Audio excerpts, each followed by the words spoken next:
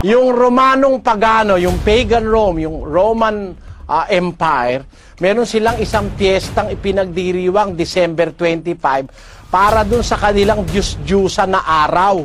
Ang tawag dun sa ibang termino, yung Saturnalia.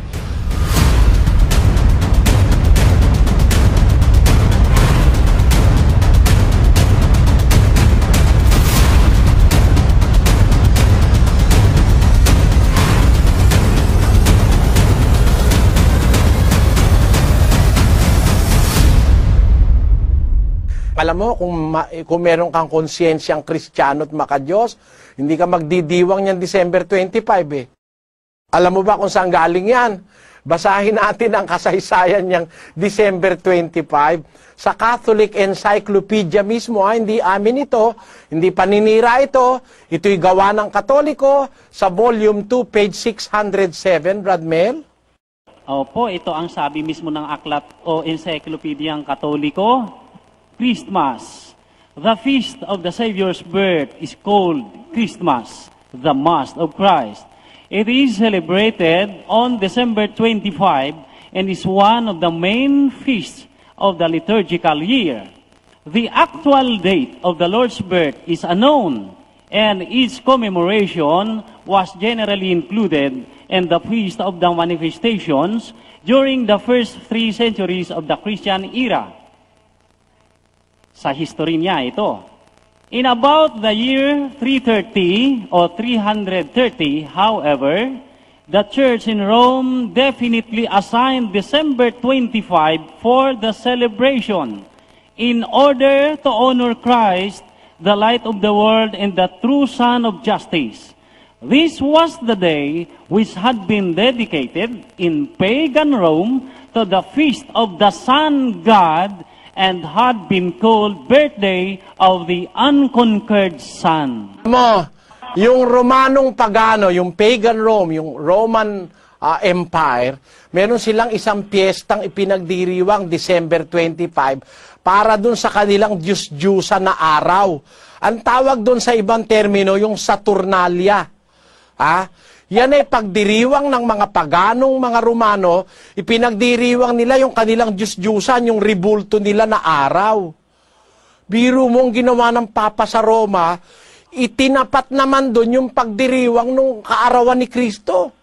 Para kung halimbawa, yung mga Romanong pagano ay nagdiriwang ng kanilang Diyos-Diyusan, abay, yun daw namang mga Katoliko, magdiwang naman nung birthday daw ni Kristo. Pinagsabay. Biro mo, itinapat dun sa pagdiriwang nung isang bagay na mali sa Diyos, inaamin nila sa kanilang encyclopedia, yung actual birth of Jesus Christ is unknown. Ayun, unknown. Walang nakakaalam nun, hindi nakasulat sa Biblia yon. Kaya ngayon, wala tayong paraan para malaman yon, malibang magkukwenta tayo ng petsa. At kung kukwentahin mo, yung mga petsang nakasulat sa Biblia, lumalabas ang Panginoon Kristo ipinanganak sa pagitan ng ating buwan na Setyembre at Oktubre. Yan ay kung iisa-isahin mo yung pangyayari sa Biblia, it falls on the month of the 8th month of the year of the Jewish calendar, na yan ay katapat naman ng September at October sa ating panahon, sa ating kalendaryo nakikilala ngayon na Roman calendar. Alam mo kapatid, napakalayo, hindi Disyembre. Unang-una, dapat maintindihan, pag Disyembre, kapatid, pag Disyembre sa Bethlehem ng Judea, may yelo ron. Pakikita ko sa iyo yung Bethlehem, kung saan pinanganak si Kristo, pagka December. Opo, nandito na po sa amin kapatid na Eli, ayan, puro yelo ito. Oo, yan, puro yelo ito, kapatid na Eli. Nakikita po namin dito sa mga picture dito. So, hindi December pinanganak si Kristo kasi nung ipanganak si Kristo, tignan nga natin nung ipanganak si Kristo kung anong senaryo sa Bethlehem.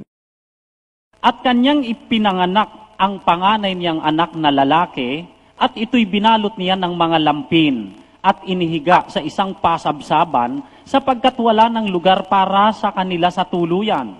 At may mga pastor ng tupa sa lupain ding yaon na nangasaparang na pinagpupuyatan sa gabi ang kanilang kawan. at tumayo sa tabi nila ang isang anghel ng Panginoon at ang kaluwalhatian ng Panginoon ay nagliwanag sa palibot nila at sila'y totoong nangatakot.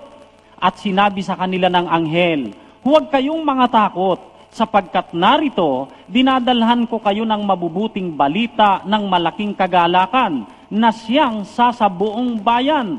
Sapagkat ipinanganak sa inyo ngayon sa bayan ni David ang isang tagapagligtas na siya ang Kristo, ang Panginoon. Ano ba ang senaryo nung ipanganak si Kristo? Ipanganak pala siya, walang matuluyan yung mag-asawang Maria at Jose, kaya sila'y napilitan na si Kristo ipanganak sa isang lugar ng kulungan ng hayop. At nung siya ipanganak, ibinalot siya ng lampi ni Maria, inihiga siya sa isang pasabsaban. Yun yung nilalagyan ng damo para kumakain ng damo yung mga hayop. Pero mapapansin mo, yung mga hayop wala sa loob. Wala sa loob ng kulungan. At kung merong kumakaing hayop doon, hindi naman ilalagay ni Maria yun si Jesus doon sa kung may kumakaing hayop dahil baka makagat yun nung kakain, di ba? Ibig sabihin, wala yung mga hayop doon. Asan yung mga hayop? Nasa labas sa bukid. Pinapastol ng mga tupa. At yung mga tupang nagpapastol, ang unang-unang binalitaan ng anghel na ipinanganak na sa bayan ni David, ang Panginoon at tagapagligtas na si Kristo.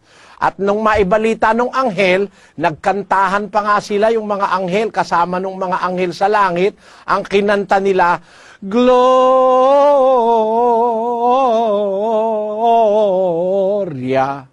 in excelsis Deo. Ayun, yun ang kinanta nila eh.